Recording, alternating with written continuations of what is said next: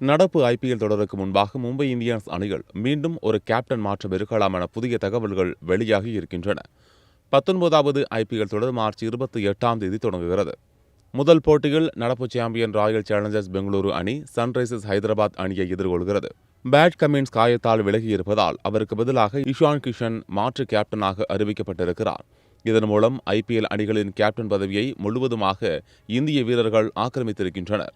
இந்த நிலையில் மும்பை இந்தியன்ஸ் அணிகள் மீண்டும் உள்குத்து பிரச்சினைகள் தழுதூக்கியிருப்பதால் ஹர்திக் பாண்டியா கேப்டன் பதவியிலிருந்து நீக்கப்படலாம் என கூறப்படுகிறது. கடந்த 2023ஆம் ஆண்டு குஜராத் டைட்டன்ஸ் அணியின் கேப்டனாக இருந்த ஹர்திக் பாண்டியாவை ட்ரேடிங் முறையில் வாங்கி தங்களின் கேப்டனாக மும்பை இந்தியன்ஸ் நியமித்தது. இதனால் அணிக்குள் மனக்கசப்புகள் உருவாகி கடைசியில் 2 பிரிவாக வீரர்கள் செயல்பட ஆரம்பித்தனர்.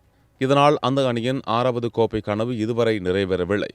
நிலைமை இப்படி இருக்க முன்னாள் கேப்டன் ரோஹித் சர்மா, என்னால் இம்பாக்ட் வீரராக ஆட முடியாது, நான் அனைத்து போட்டிகளிலும் ஃபீல்டிங் செய்ய விரும்புகிறேன் என அணி நிர்வாகத்திடம் தெரிவித்துள்ளாராம். பதிலுக்கு ஹார்திக், தற்போது ரோஹித் சர்மா, சூரியகுமார் யாதவ் இருவரும் முழுநேர பேட்டர்களாக இருக்கின்றனர். இதில் சூர்யா சமீபத்தில் தான் T20 உலகக்கோப்பையை வென்று கொடுத்தார்.